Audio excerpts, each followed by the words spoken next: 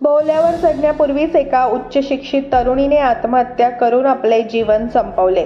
हळदीच्या दिवशीच हा प्रकार समोर आल्यामुळे सर्वत्र हळहळ व्यक्त करण्यात येत आहे। हळदीचा कार्यक्रम पार पडल्यानंतर सर्व कुटुंबीय झोपायला गेले। पहाटे 5च्या सुमारास सालिया हिने ओढणीच्या सहाय्याने गळफास घेत आपलं जीवन संपवलं। लग्नाच्या बोहल्यावर चढण्यापूर्वी उच्च शिक्षित तरुणीने आत्महत्या केल्याचा धक्कादायक प्रकार सोलापूरमध्ये घडला आहे। सालिया शेख असे आत्महत्या करणाऱ्या तरुणीचे नाव आहे। गावातील काही तरुण सालिया हिचे लग्न होऊ नये यासाठी तिला त्रास देत होते। तसेच होणाऱ्या नवरदेवास आणि मुलीच्या वडिलांना देखील फोन करून धमक्या देत होते।